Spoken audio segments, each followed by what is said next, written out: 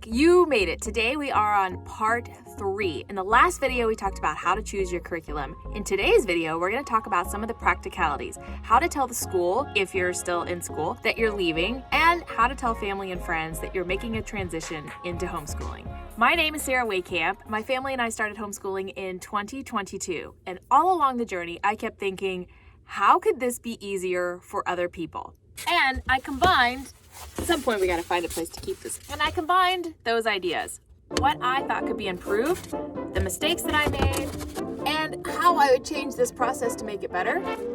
I combined all of those together to make a map. Every new homeschooler and every homeschooler, and really every mom, needs a map. A map is the framework I use to take you step by step in helping to set you up for success in your homeschooling. Today's video is quite possibly going to be the shortest video of the entire series, and that's for a few reasons. Reason number one, I live in Texas. So the legalities and practicalities of pulling our kids out of school and of the record keeping we have to do once we start homeschooling is pretty straightforward and very limited. The other reason is a lot of the information that I have to share with you can be found by clicking the links below. I have linked withdrawal letters that you can use with the school. I've linked different organizations that can help you with the legalities so you know your rights when you do decide to pull your children out of school. The part I'm going to spend the most amount of time talking about is telling your family and friends. All right, let's jump right in. That's from yesterday's. Step 1. Awareness. Here's what to be aware of when we're talking about the practicalities and the legalities of unenrolling or withdrawing your kids from public school. If your kids are currently in public school, you will need to communicate to the school that you're withdrawing them. The way you do this is going to vary based on the state or the country in which you live. I've linked a withdrawal letter below that should work for most circumstances. When you are unenrolling or withdrawing your kids from school, there's a few things that you need to be aware of. Number one, it's very important that you do communicate to the school, public or private, that you're going to be withdrawing your children. Number two, the phrase records. If you go on a deep dive in Google, you're going to find that a lot of things recommend that you request all your children's records. I had no idea what that meant, so I just said it thinking that the school would just give me a bunch of records.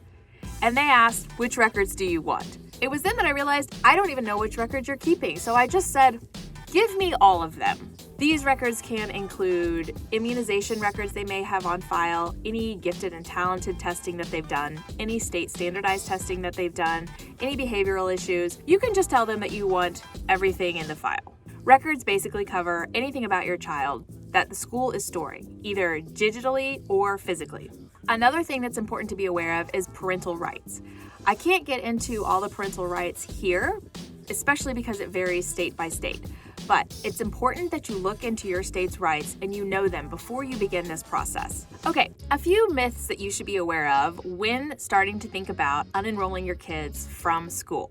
The first myth is that unenrolling is difficult or time-consuming. The process of unenrolling a child from public school is actually quite straightforward. It varies by location, but it typically involves letting the school know in writing that you'll be withdrawing your child to begin homeschooling.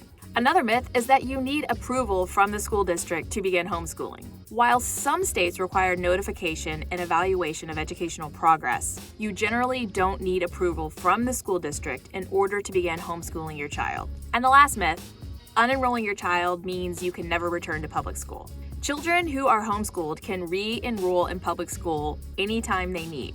The process may involve an assessment to determine which grade level they should be placed in, but the public school has to take them back any day of the week, any month of the year. So those are the myths around unenrolling your child from public school. Let's touch on a couple of myths around telling friends and family about your decision. The first two myths stand in contradiction to each other. Myth number one is that your family will be supportive and totally fine with it. Myth number two is that your family will not be supportive and not be totally fine with it. You won't know how friends and family are going to react until you actually get in there and communicate with them and start the conversation and tell them of your decision. Which leads me to myth 3, I must defend my decision to homeschool to everyone. While it's totally natural to want to justify your reasons for homeschooling, you're not obligated to justify your choice to everybody, or really even to anybody. You can choose to share as much or as little as you are comfortable with. Which leads me to another myth.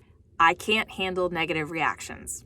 While negative reactions to your sharing that you're going to be homeschooling can be very disappointing and frustrating, remember that you are making the choice that you feel like is the best for your child. One of the biggest mistakes I made was thinking that people were going to be a lot more unsupportive or critical than they actually ended up being. While some people that I told definitely did not understand homeschooling initially, the overwhelming majority were curious and supportive. I also made the mistake of thinking that I must convince everyone to support my decision. It's not your responsibility to convince everyone. Your job is to provide the best education for your child. In the end, your loved ones are likely to respect your decision to prioritize your child and your family's well-being. Let's jump into mindset. The biggest mindset hurdle that comes up when dealing with the practicalities of unenrolling kids from school is the feelings of confidence and empowerment. You may feel right now like you are lacking the confidence to navigate the laws and the legalities of pulling your kids from school and doing it at home. I want to assure you that you can absolutely learn and comply with your state or country's legal obligations when it comes to homeschooling your children. There are so many homeschooling support groups and legal homeschooling groups that will absolutely lead you and guide you through any of the regulations that you're encountering or have questions about. Now let's shift and talk about what mindset challenges might come up when you're thinking about sharing with friends and family your decision to homeschool. This can be an absolute minefield. If you are a first-generation homeschooler like myself and my husband, your journey of telling family and friends about your decision to homeschool is going to look very different than if you yourself were homeschooled. There's going to be a lot more questions, a lot more areas ripe for misunderstanding. My grandmother, my mom's mom, was the PTA president of the elementary, middle, and high school all throughout my mother's education. My mom worked as a teacher in public education, and I myself worked as a teacher in public education. Also, am a product of public education. Chris's parents were also extremely involved with the school, and he himself is a product of public school. So we knew when we told our parents that it might not be the easiest conversation. I wrestled with feeling like I had to explain and defend myself to everyone. I struggled with thinking that I would have to have all the answers to every question they asked and be an expert in homeschooling before telling anyone. I worried that my family and friends would judge my parenting. I even worried about offending the boys' old teachers. We loved their elementary school and they had a wonderful experience there. I didn't want the teachers or the administration to think that we didn't think that they had done a good job. We lived close to their school. I wanted to be able to still maintain a good relationship with the people there. So what do you do with these fears? The answer is boundaries. Boundaries can be tricky. When Chris and I were making the decision to homeschool, we knew that we wanted to keep the conversation about whether or not to homeschool to a very tight-knit group. We didn't want all the family, all the friends, the neighbors, the teachers weighing in with their opinion. We wanted it to be mostly just Chris and I and a few other voices that could lend either encouragement or answers to questions that we had. This helped us immensely because in the end, we were sure that it was our decision and not pressure from outside that was informing what we were going to do. So how do you do that? Let's get to A, action.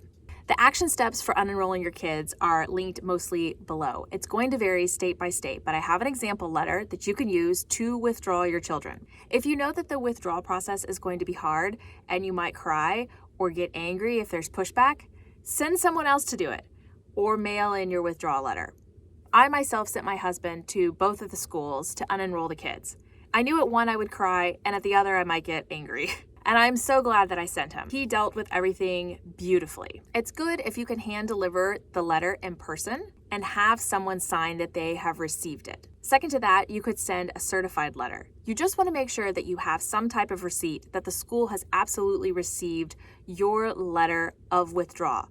So you know it's been communicated that you won't be coming back and there's no confusion when your child doesn't show up for school one day. Now, for telling friends and family. Like I said before, Chris and I wrestled with the decision of whether or not to homeschool for almost a year, and we did it in a vacuum. So when it came time to tell people, we had everyone to tell.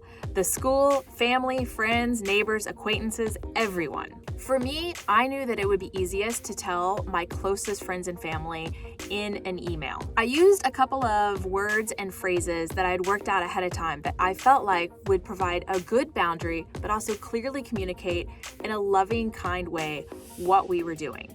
I also have that below. If you want to use it, feel free. I figured sending an email would help me to manage the responses a little bit better. It wouldn't also be phone call, which I felt like would be quite exhausting. And I knew after the first few people were told, they would start to disseminate the information through more friends, family, and I wouldn't have to have a conversation with every single person. In the email, I was very clear about my boundaries, what I would or would not talk about, that we weren't going to argue about things. I want to make sure that I'm not using a lot of mental energy trying to convince others or defend my decision, but that I'm using it to enrich my family and to move us forward on our homeschooling journey. It can be a big surprise to your friends and family, especially if they don't know that this is something that you've been thinking about. So some just may need a little more time. That leads us to our P, process. Some people are going to need a little more time to process this than others. Some are immediately going to be on Team Homeschool and some of your biggest cheerleaders and supporters. Some may never come around to the idea at all.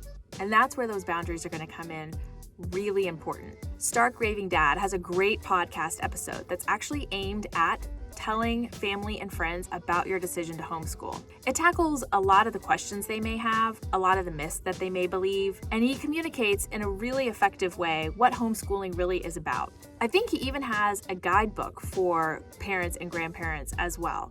I'll link that below too. All right, that's it for this video. In the next video, we're gonna be talking about socialization. I'm so excited to dive into this one. Thank you so much for watching. I hope you found this helpful. Reach out to me anytime with any questions you have. I'm happy to be here to support and encourage you. I'll see you in the next one.